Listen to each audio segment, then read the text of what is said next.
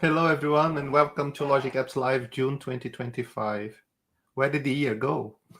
It's already half of the year passed.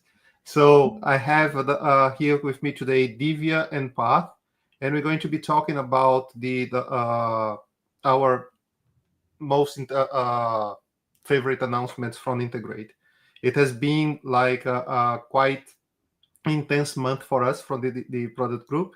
Spent a lot of time in London with customers and on Integrate, and there was a lot of things that we wanted to share there. So now it's time for you to see some of that as well. Hey, Pat, how's it going? Doing well, Wagner. Quite Mm-hmm. excited to share with everyone. It's just like the updates that we have from Build and Integrate, and also some common themes that we've heard feedback around, right? So, definitely something that we want to hear your feedback on. So please keep it interactive and let us know. There's anything that you have some thoughts on or you have some feedback on as well. Always listening. Cool. Divya's off cam for now, but she's going to say hi when she's back. Let's go to the agenda. So, as usual, we're going to talk. We're going to highlight our Ace Aviator of the month. Then we're going to that through some of our community updates.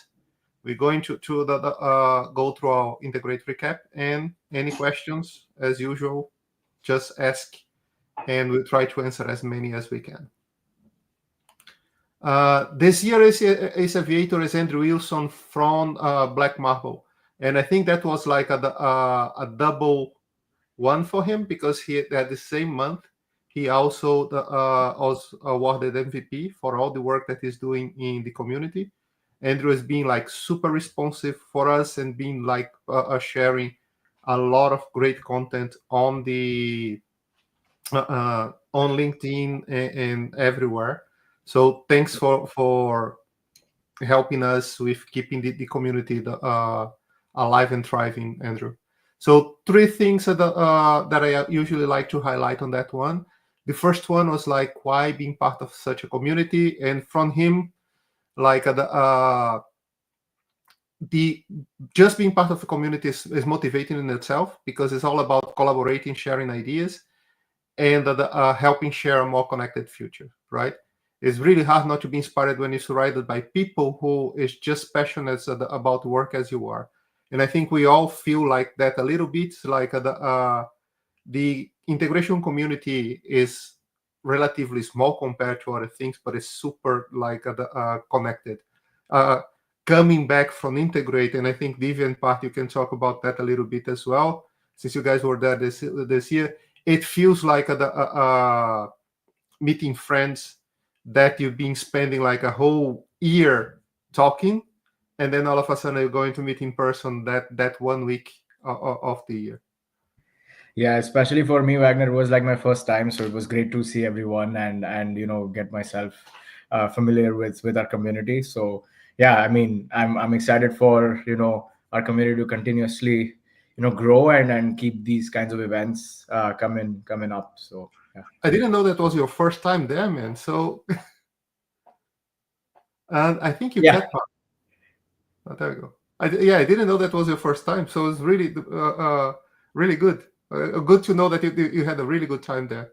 Yeah. Is my I have to say that it's still my favorite conference of the year. Feels like going home visit friends.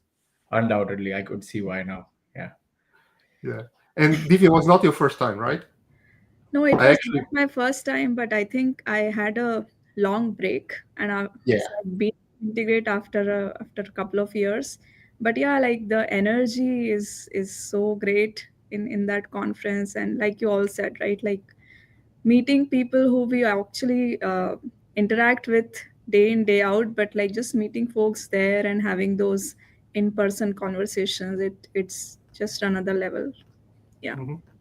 And it's a good segue to the next point for him, right? Like, how do you stay energized? How do you stay on top of your game? And it's like that idea of staying curious, asking why, don't be afraid of getting things wrong, like talking to other people and learn from them and from your mistakes.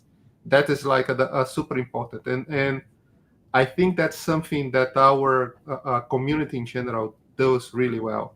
they share the wins and and the learnings from the things that went right and the things that went wrong. And that is super important for the people that is on the same journey. The last one became kind of a recurring theme here. If I had a magic wand. So from his point of view, like the first thing that he would do is the option to throw exceptions that can be called on a try and catch scope blocks. I think we've been hearing that more and more, like how to improve exception handling. And that would make like build the solutions more resilient. So we need that's a good one to pay attention and see if what we can do with this. Some community updates, right? From the Aviator's community playbook, we have a new article from Sebastian. And that one is an interesting one because it's actually talking about comparing all the extensibility options that we have in Azure Logic Apps, right? You can do so many things with extension now. You can do inline code, you can do custom code, you can do like bring your own Azure functions. Really soon, and there's another point here, you can actually write all your code, your workflows in code, meaning that you're extending that by default. So that understanding the options and when to use what is super important. And that article from Sebastian is really spot on like the pros and cons and kind of a decision tree of where you should go. I really encourage people to take a look at that one. Changing gears a little bit about another one of our community initiatives, we have the Logic Apps Labs, and we just creating a new lab here. If you wanted to jumpstart your agent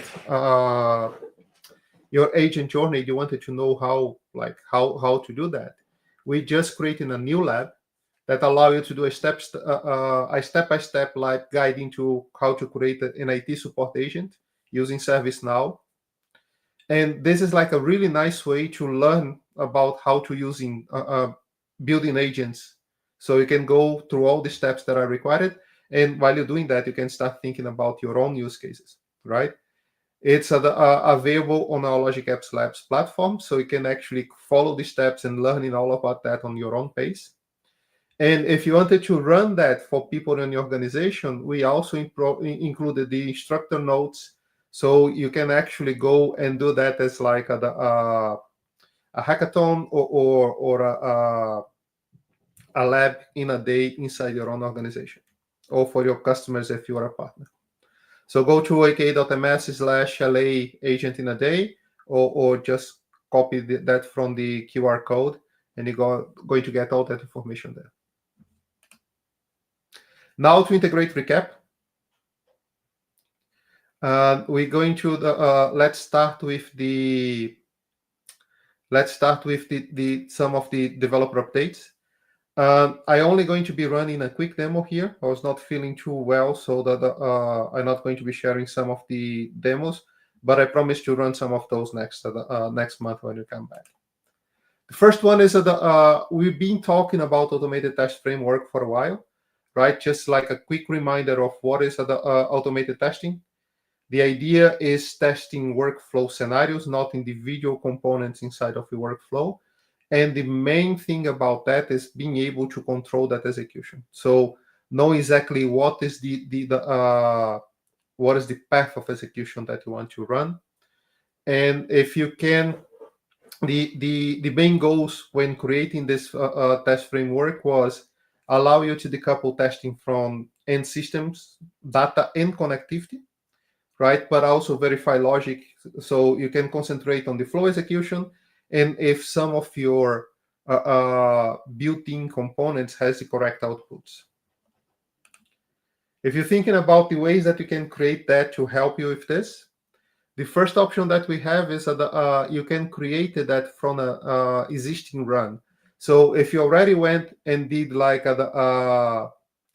if you already done a lot of debugging and already have an execution with all the steps that you required, you can click on create unit test from run, and this is going to be generating a workflow for unit test for you with a JSON that represents all the mocks that you require to run, and a C# file that allow you to just go and create your scenarios.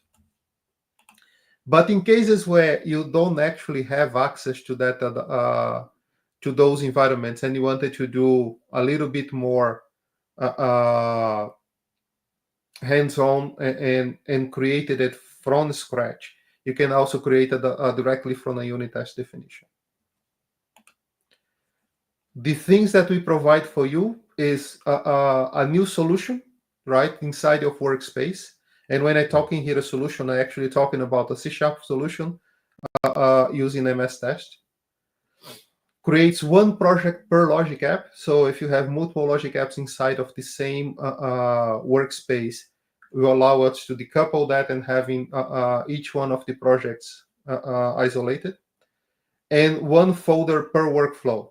So you can put all your unit tests related to that workflow inside the same folder. Inside that, we're going to create a couple of things. The first one is we're going to create a set of mock output classes. And those classes is going to allow you to either write components from scratch for all your actions that require mock, or extend that based on the a C# mock that you already have. Then you have the test settings config that allow you to that's going to show you where all your actual unit test is located, right? But then from here you also can adjust your configuration if you wanted to get different locations for parameters and settings, if you wanted to create different scenarios from just running directly against the Logic Apps project that you have. And then from the workflow folder itself, you're going to have one or two files. Either you're going to have the test class.cs, and if you did it like a create from run, you're also going to have a JSON file with the mocks for all the components that you have, that you created before. So the automated test framework is now in GA, right? The last components were deployed either yesterday or finishing deploying today. You should be able to get that. And if you wanted to know what is the latest with that GA, we can go to aka.ms/la standard/unit-test-GA, and you're going to find all the information that you require there. Next one that we're going to talk is talking a little bit more about custom code, right? So we did the two things on custom code. The first thing that we did was we did a couple of UX improvements. So now, if you already have a project and you wanted to bring custom code functionality to it, you don't need to go create a new workspace and then start trying to copy and paste things around. You now be able to add a function project to the workspace, just selecting like a custom code project, a logic as part of your workspace. The other thing that we did is also include some new gestures, right? So you can build new function projects. You can create a new project, and that's from where you would get in that new functionality. But you can also add a new function if you are inside a new functions project. We also have unified debugging. Instead of you having to go and run your Logic app and your custom code projects in isolation, you can simply do one F5, and you're able to run both your Logic apps and your function with full debug experience on both of them. And finally, we did some improvements on .NET 8, right? So for .NET 8 now, you'll be able to bring your own packages, and you're going to be will be able to honor those packages that you're bringing. while during the public preview, we were having trouble if you bring in packages that we also had dependencies. Now we are able to decouple the dependencies from the platform, from the dependencies from your project, and you'll be able to bring them in isolation. We only have dependencies on 3 packages. One is for dependency injection, one for logging, and one for the extensions SDK. And you're going to find all of that in a blog post that I'm going to show you in a minute. Then the other thing that we included is ability to do proper dependency injection by creating a new startup configuration and a new and a new file on that, right? So with this, a new constructor for your actions. So with that, you should be able to get that dependency injection working out of the box with .NET 8. Custom code is for .NET 8 is also GA. So now the whole gamma of custom code with .NET FX and with .NET 8 is GA. You would be able to use that. If you wanted to learn a little bit more about what is new on the custom code.NET GA, which is the dependency injection and the bring your own packages are the main ones, you would be able to go to custom code .NET 8 GA, a standard custom code .NET 8 GA, to know a bit more about that. Finally, let's talk a little bit about the codeful workflows. We talked about that last meeting, so last Logic Apps Live. So I'll not go through the whole thing again, but I just wanted to stress again that this is a new way to alter workflows in Logic Apps Standard. We are basing that on Durable Test Framework, right? You're going to have access to our connector ecosystem through an SDK. That means that you'll be able to bring to use triggers and connectors inside code, and is not a replacement for declarative workflows. They coexist. So you'll be able to run codeful and declarative workflows in the same application, right? I have a little video here, like a 2 minutes video that we can take a quick look. Let me know if the audio is working fine. Codeful workflows are a new addition to Logic Apps Standard that allows you to create workflows using imperative programming model, implementing your workflows using .NET and the Durable Tasks framework. With this feature, you can combine workflows implemented in .NET alongside the existing declarative workflow model, enabling both approaches to be used within the same application. In this model, triggers are represented as client functions that listen to requests and start orchestration functions using the Durable framework. Customers are able to take advantage of Logic Apps' full fleet of triggers, which includes Azure services and the most common SaaS applications. The workflow logic, on the other hand, is represented as orchestration functions, blending code structures with Logic Apps connectors to implement your business process. Built-in actions are now converted to native code structures, simplifying the ability to set up complex logic and to reuse common code practices. Connector actions, on the other hand, are defined in a Logic Apps Connectors SDK, exposing both managed and service provider connectors with a rich authoring experience, with strong type models and a simple execution model, which encapsulates a durable task. Codeful and codeless workflows are part of the same application, running under the same Logic Apps standard application. This allows you to combine those workflows together, as in this example, where the generate coffee recommendations codeful workflow generates upselling recommendations based on an existing order, pushing the results to a service bus queue. The process coffee recommendation visual workflow picks up where the previous workflow finished, generating an email response and sending it to the customer. The same application can be deployed to Azure, where codeful and codeless work side by side as a Logic Apps standard, taking advantage of the same operational capabilities available in Azure for overview of the workflow execution to showing individual execution details for operational support.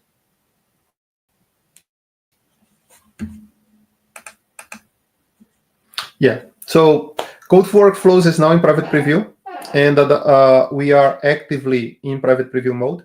So if you wanted to know a bit more about that, you can go to ak.ms/lacodeful/blog, where you can dissect that video that we just showed. You can take a look at the some of the details, and if you're interested, join the private preview.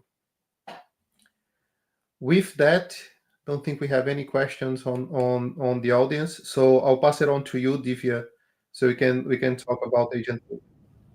We wanted to share your screen, so you can go from there. Yeah, I, Okay, yeah, if you can put my screen, I am let me already do this. sharing it. Let me remove this one and add you to stage. There we go, all yours. Okay, thank you. All right, so I think I want to just start with a quick recap on Agent Loop. This is something that we announced at Build, a new capability in Logic App Standard for you to build agents. These agents can be autonomous, which means that they can respond to events, and then based on the goals given to the agent, they can take those actions. And since they are agents, those how they accomplish a goal doesn't have to be predefined in a structured way. They can be more loosely defined steps. In the steps have to be defined in terms of your business process, but how they achieve those outcomes can be more loosely defined and are more non-deterministic. uh, I think we have been sharing a lot of content with regards to how to use Agent Loop, and Wagner also mentioned in the beginning today that we have this agent in a day lab as well. So you'll find a lot of content here in terms of like how to use this.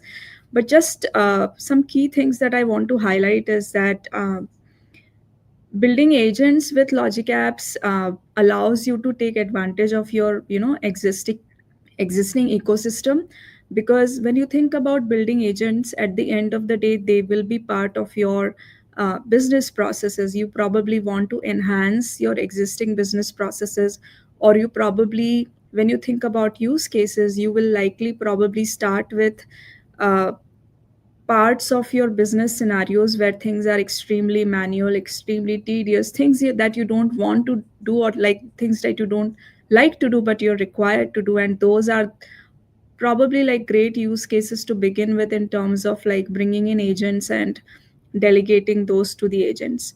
Uh, and the way you do it is by bringing a large language model to provide the reasoning capability, but then bringing in your tools and your knowledge sources to ground these agents in your business data, as well as to ground these agents into the context of your business processes. And lastly, in terms of like going going ahead and adopting these agentic capabilities, you probably would want to start with use cases where you're more comfortable with having agent also part of that process, but also you want to add in human oversights. And that's where I think Logic Apps stands very powerful in terms of providing you these out of box connectors and capabilities, where you can easily bring in human in the loop for additional oversight, or for decision making, or just even in terms of like having your agent reach out to a human to approve the plan of action and then go ahead and take any action. So it's totally up to you how you leverage agents and human to sort of streamline or go with more agentic approach towards your business problems. uh, and I think like I won't go into the details of the feature yet, but I would highly encourage for those who are like thinking about like these scenarios to go over all of these content that we've shared.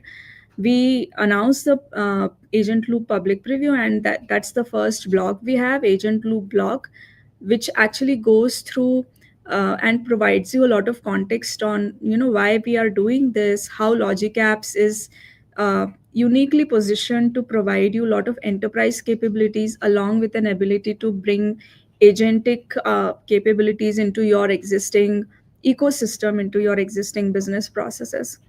And the next thing I think, as you would start thinking, is, well, what are the use cases where I can apply this, right?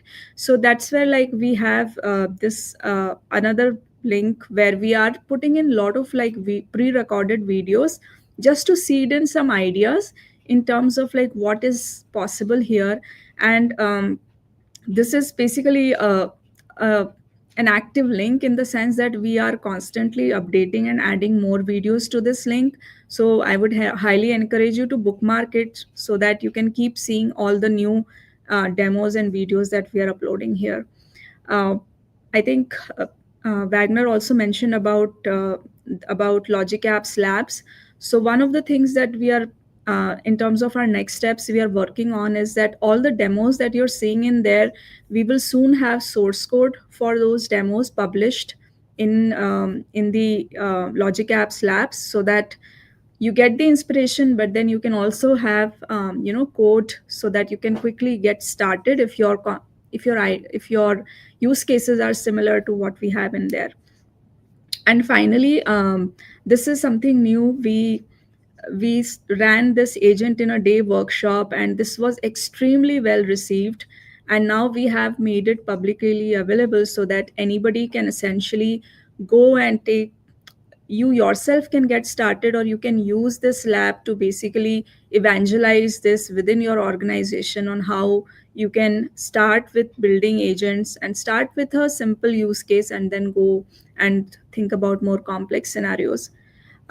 This workshop, one of the things I also like about this is that we are not just explaining you how to do it.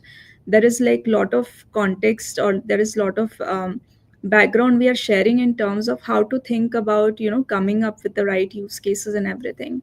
So definitely encourage folks to give it a try and give us your feedback. I think this is something that we always are constantly asking for, but in here, because again, like, this is a work that will keep evolving, we will keep adding more stuff here. So let us know, right, like what you want to see here and how can we help so that you can take this further in your organization. All right. um, so I just want to share a little bit of short-term roadmap in terms of all the AI work that we are doing. We have, of course, released Agent Loop, with which you can build agents, single agent or multi-agent applications. But we have a lot that is coming, and it's coming very soon. So the first item that you see here is around the integration with Foundry Agent Service. This is basically, as you're building these agents, whatever tech stack we have, we are building this on semantic kernel. So we are using all the open source tech stack here. But in terms of just leveraging these in conjunction with everything else that Microsoft offers, so just so you know that whatever you're building with Logic Apps, you can easily take in with Foundry. Like, this easily converges with what Foundry offers. The agents that you're building in Logic Apps are essentially backed by Foundry Agent Service. And what this means is that when you create these agents, you can take advantage of Foundry in terms of lot of capabilities that Foundry offers in terms of responsible AI, governance, threads, and logging for monitoring. So all those you can take advantage from Foundry. If you want to choose models that are beyond first party models, that again you will be able to take advantage of Foundry for that. And lastly, while Logic Apps offers 1400 plus connectors as tools, there may be certain tools or knowledge sources that you want to use from Foundry. So by this integration, we will make it very seamless so that you can essentially use whatever you want to use from whichever platform you want to use, and then build your agents from there. So this is coming in soon.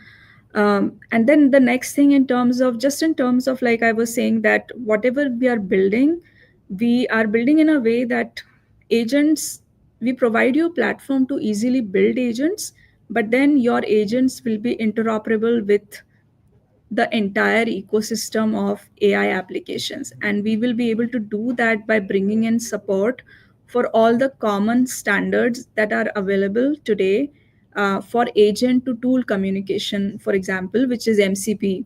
model context protocol. We are also bringing in support for A2A, which is agent to agent communication protocol.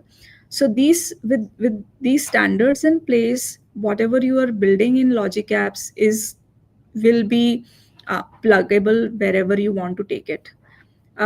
In terms of languages, we have support for many languages in our platform, but Python is something that is commonly used, especially like in the AI ecosystem. A lot of SDKs, a lot of frameworks are available in Python.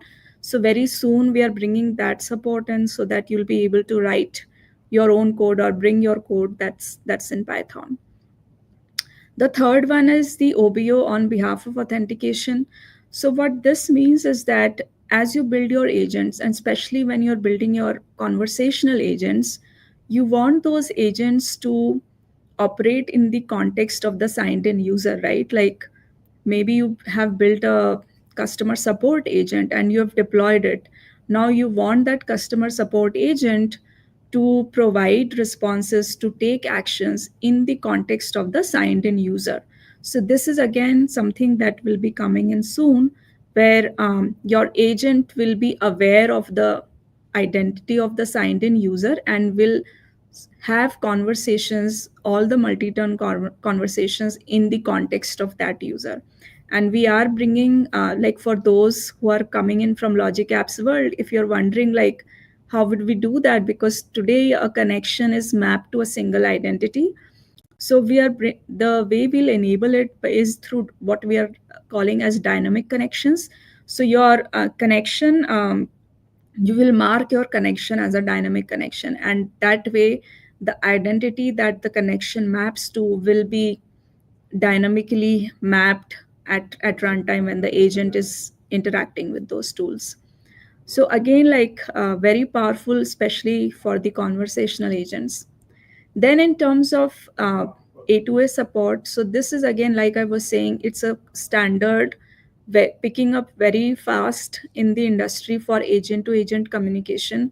And we are bringing this support in. And with this support, we'll also be able to bring more richer capabilities for conversational agents, where you will be able to do conversations with the streaming support. We will have multi-model support so that within your chat sessions you can use not just text but other forms of media as well, in terms of images and other things.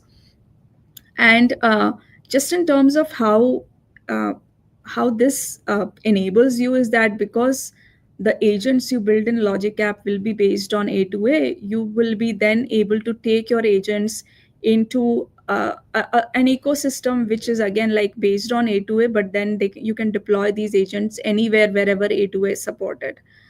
So rich capabilities in terms of publishing your agents into any of the A2A catalogs, as well as taking advantage of other agents that are built on top of A2A within Logic Apps ecosystem. So interoperability in both the directions after we support A2A. And then the other thing is for when you look into a lot of like patterns in terms of multi-agent applications, there are quite a few patterns out there, and from Logic Apps point of view, we can support most of those today itself.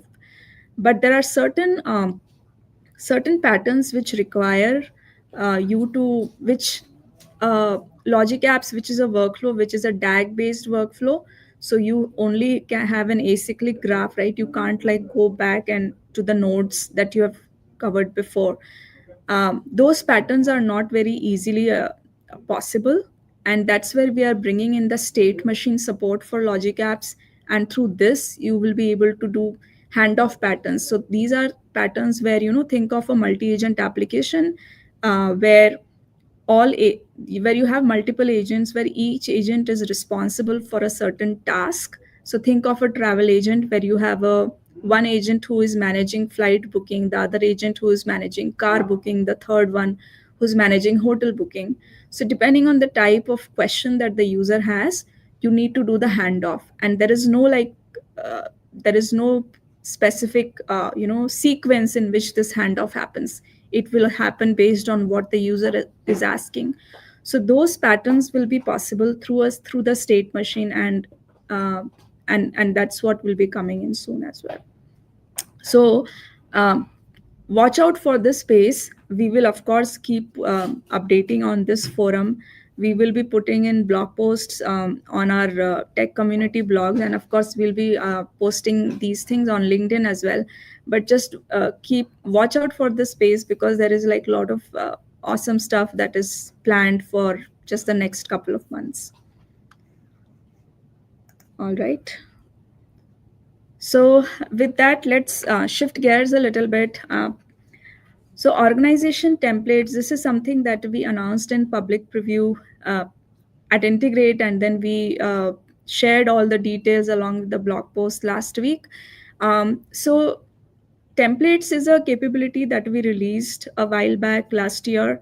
One of the strong feedback we received was that organizations need an ability to publish templates within the scope of their organizations, so that they can prescribe, best practices, that reusability within their organization in terms of the uh, development and design patterns that they want to prescribe to their developers.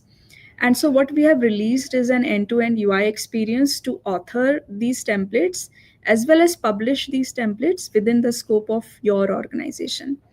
And when you do that, we're also providing a way to sort of gradually move or gradually upgrade your templates, starting from a draft mode to test mode to production mode, so that you can manage the life cycle of these templates as you're building them. And I think lastly, the UI that we have built, it's not specific to custom templates. So for folks who were up until now were thinking about publishing templates to a public repo, were probably put off by the fact that you have to do it all manually. So that constraint is not there anymore. You can use the full end-to-end UI to author these templates, and then basically download these templates and add them to our public repo if you feel like that's something that the whole community can benefit from. So highly encourage folks to take a look at the blog post. I have the QR code on the top right here to check out the blog post and let us know if this makes sense, if you have any feedback or anything. All right. So with that, I want to move on to two more announcements that we did at Integrate. The first one is around integration environment. So this was a preview update. And what we have added in this release is the ability to create alerts. So again, the goal for, just to recap, the goal for integration environment has been to provide customers with a single pane view into the resources for your application, for your Azure integration resources that make up your application. And today, without having this landing zone, we provide you experiences, but they are siloed within the different services like Logic App, Service Bus, APIM. The vision or the end goal with integration environment is how we provide you ability to bring these resources into a grouping unit that you can define how you want to group them, and then we can provide experiences on top of that which are consistent across all our integration services portfolio. So that's the idea. We had released some dashboards as part of that, but in this release we also now have an ability to create alerts, so that you have a very consistent and very simple UI to create these alerts for your resources as like single alerts, or you can select multiple resources and create them in the bulk. And then based on these resources, you can essentially, in the same single pane view, you can get the health, aggregated health, and other metrics on the health of your application. I'll won't be showing the demo here, but if you again go to this blog post, you will find like how you can take advantage of these capabilities to set up your application for monitoring, and then use these dashboards for end-to-end monitoring and tracking of these messages. And then another feature, I think this was not released like in last few weeks, but I don't think I have talked about this. So I definitely want to bring this up to everyone's attention, that this was something that we released and a lot of customers had asked for it. So basically what we have here is the ability for you to do EDI tracking. And before I go into the EDI tracking, just little bit background on this, right? So uh, we had some level of dashboards and EDI tracking available for our standard integration account and on consumption SKU, but we did not really have a good story on Logic App Standard SKU. And so now with this, we basically have a full end-to-end experience for B2B and EDI scenarios on Logic App Standard. The first thing is that to take advantage of these capabilities, we encourage you to use premium integration account in Logic App Standard. Premium integration account, billing wise, cost wise, is same as standard, but it offers you additional capabilities. The first one is that you do not have any limits on the number of artifacts in premium integration account. So you bring your own storage, and hence from our side, we don't have to impose any limits because you own the storage, and so you basically have unlimited limits from our side. The other thing is it supports VNet and it supports availability zones, so more reliable, and then you can basically manage and use these workloads within your VNet boundaries. Now, what we have added here is the ability to do tracking for your B2B workloads. And this is backed, the tracking data or the tracking store that we are using here is ADX, Azure Data Explorer. And we have made this choice very intentional because we wanted to provide you an experience where you can get your B2B and EDI tracking data almost near real time, and ADX as a platform allows you to do that. The second thing is that because all of this data is going into ADX, you have full control and flexibility in terms of how you want to visualize that data. You can build your own Power BI dashboards. We are providing an out-of-box dashboard, but it's easily extensible, so you can extend it with your business-specific needs as well. And uh, or on the dashboard also, it's based on workbooks, as well as with ADX as the backing data store, it provides you a very extensible solution. So I'll just use like a few minutes to basically show you what this looks like in real. So here I have the dashboard, and it has, let's see, I'll just move to last 30 minutes to show you something very quickly. So if you look at the last 30 minutes of data, this dashboard shows nothing to us. So let's go ahead and send some data here, and I will first start with a scenario that where I have a good message. So I've just sent the request here, and now if I come on to this dashboard, as you can see, you already have the transaction data available on the dashboard. So that's what I meant by near real time. The other thing that I didn't mention is that before, when we were supporting log analytics and other pipelines, they are more meant for monitoring data. So sometimes in under certain conditions, there can be sampling of data that can happen, but this is an entirely transactional store. So you will always find your B2B data in this. And with ADX as the backing store, it will always be almost near real time. So let's run another scenario here where I will configure the date to be an invalid date. And in this case, we should expect this request to not be processed successfully. So now if I come in here, as you can see, it failed with the X12 processing. So let's just see how you get. So I'm in premium integration account here. You will see an option called tracking store here. before you can use the dashboards, you need to configure your you need to bring in your ADX resource here and configure that. Once you do that, then all the tracking data from your EDI workloads that are using this integration account will be going in here. So in terms of dashboard, you basically see an aggregated view of all the processing here, overall message status, partners, the status by partners.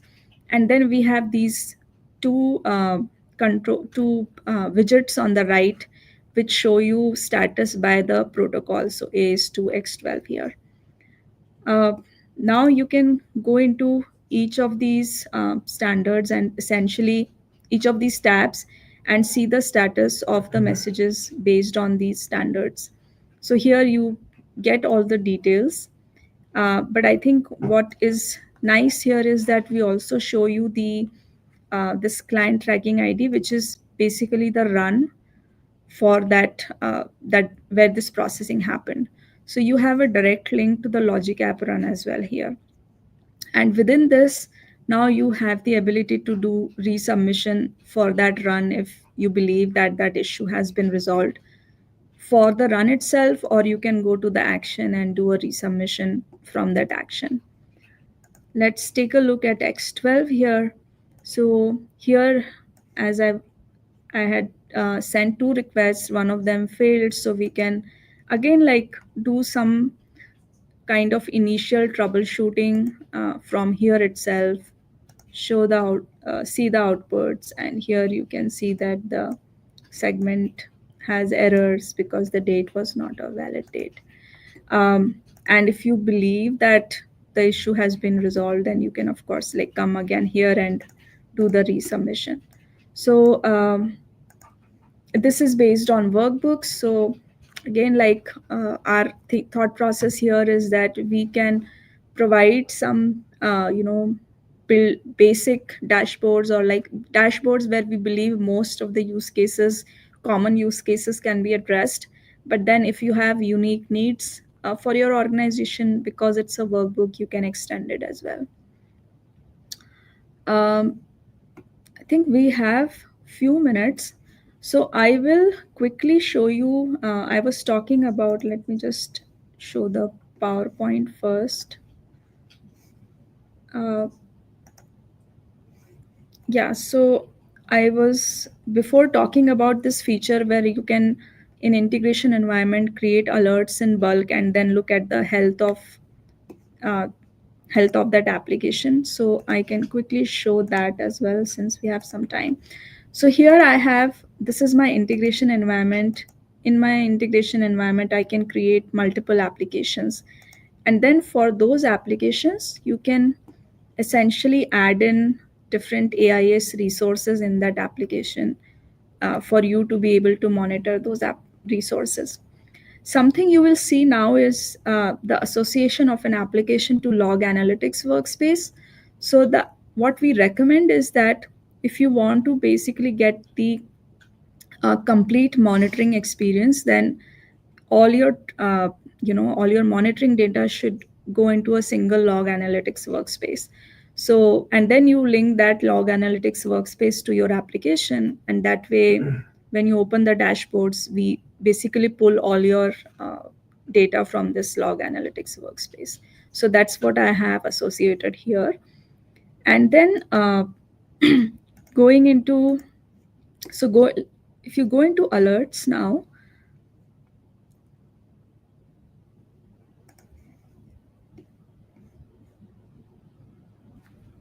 okay, let's see. Yeah, so if you go into alerts now and expand any of these resources here, you will see this option to edit, and here you will see the alert rules that are defined on those resources. So just click on this and you will see that you can now add alert rules here. So of course you can start with with recommended alerts. So depending on the type of resource, what we are providing you are a set of default alerts that are being most commonly used, and along with the alert signals, we provide you the thresholds as well. So if these are good for you, you can just go ahead and click save, or you can go ahead and make some updates to the thresholds and then click save. So I won't create it now, but you get the idea here. Just one more thing, if you have to add more rules beyond what we show as defaults, you can always go into the add alert rule and select a signal and add more rules here. The third option is that if you already have alerts defined, but you want to use this dashboard as a single place to manage and view your alerts, then you can import your alert rule and that you have in the application that you have defined, and you can bring those existing alert rules also here. So create alerts in bulk, import alerts, or create single alerts. All of that is possible here. And finally, if I select this, I also have an ability to add alert rules in bulk. So that's the idea, that you can create multiple alerts for a single resource, or you can select multiple resources and add alert rules for those in one go, or like bring in your existing alerts. So very powerful in terms of how you set up your application for alerting. And once you have set up your application for alerting, then you can go into insights here, and this dashboard then essentially gives you the health of your application, what is working well, what is not working well. And here the runs tab gives you more details into the runs of specific logic apps and their workflows. Compute gives you details around the compute statistics. Let me see, I think I want to go back for a second here.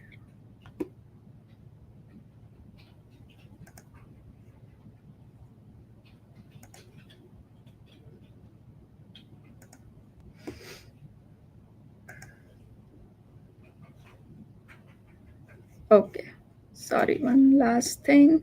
Yeah, I need to extend my time here to 30 days. So another capability that I want to highlight here is that when you come into Runs tab, you will see the details of the logic app workflow and all the triggers and runs failure for that. But we've also added the end-to-end message tracing capability. So here, like if I click on one of the runs here for this workflow get discount, you will see that it basically shows the entire itinerary of a message. And so here, you starting from the top, you can see that this message was received by a workflow in Fourth Coffee AI Logic app. The workflow name is receive order. The trigger was HTTP trigger. The workflow run started, and then it invoked an API management endpoint, and that was the endpoint for calculation of the discount. After that calculation was completed, another workflow called get discount was invoked, and you can see when it started, when the workflow run ended, which then invoked the receive order. So you have, and the way we are doing it is that by using this operation ID, which is a single correlation ID that goes from the start to the end. So yeah, I think that's all I had. I'll pass on to Parth to talk about more things, but these are some new features that would encourage you to give it a try. Thanks, Divya. Yep, this looks great. Yeah, I just had like one particular thing to talk about. If we can go to the next slide. If you had the slideshow, we can also just pull that up.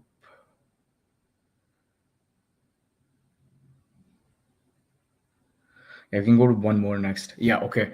So as many of you know, we have the latest UX refresh out, and we've been consistently posting new blogs on collection functions and adding documentation there, and more importantly, just fixing issues, right? So the GitHub backlog is still open, and you could absolutely file any issues that you see in the data mapper, in the VS Code extension for Logic App Standard, right? So just wanted to have a quick go through this. So we have the collection functions specifically, right? So there is like a list of them that I've pasted here, and I've added like at least some docs, around 4 to 5 of them, and we need to continue adding more. But the point here is that these functions allow you to work with repeating nodes, which is basically what most of the complex maps involve, like repeating nested nodes.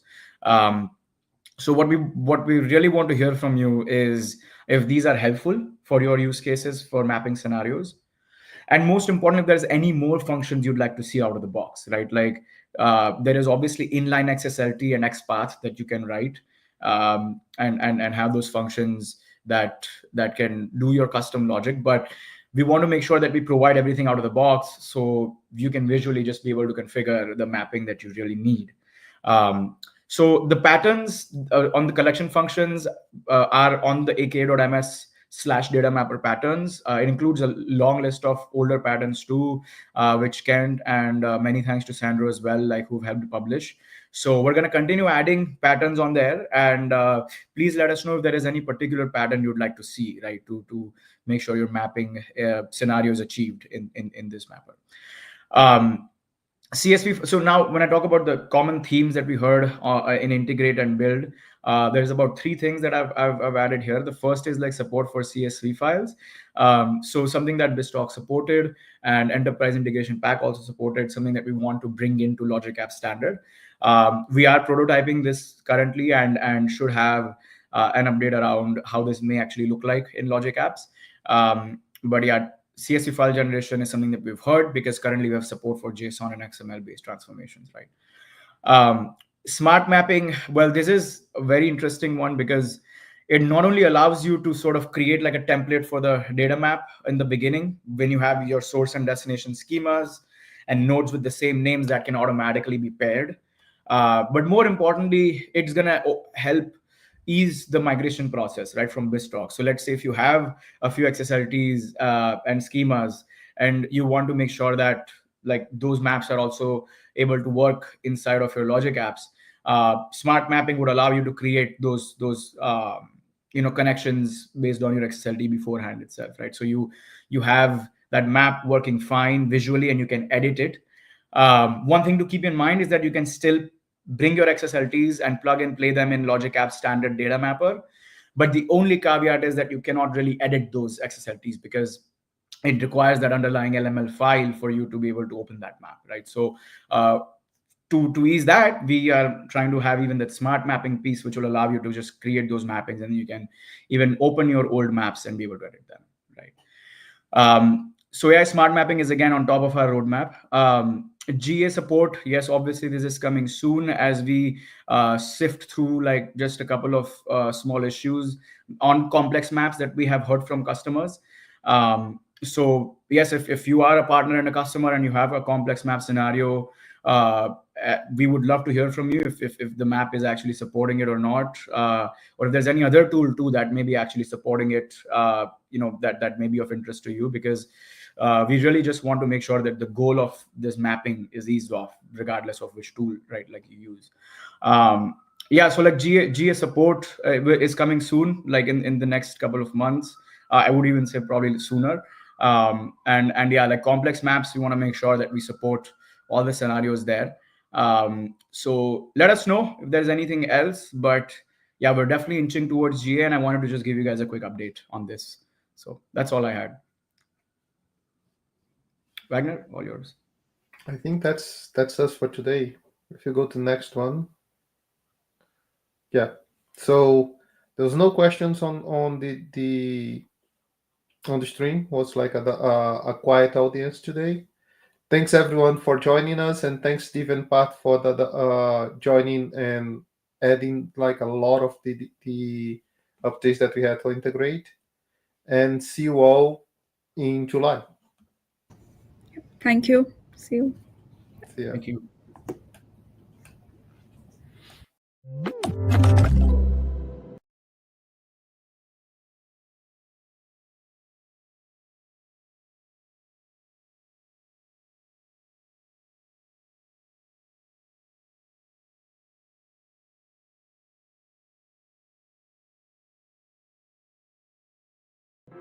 you.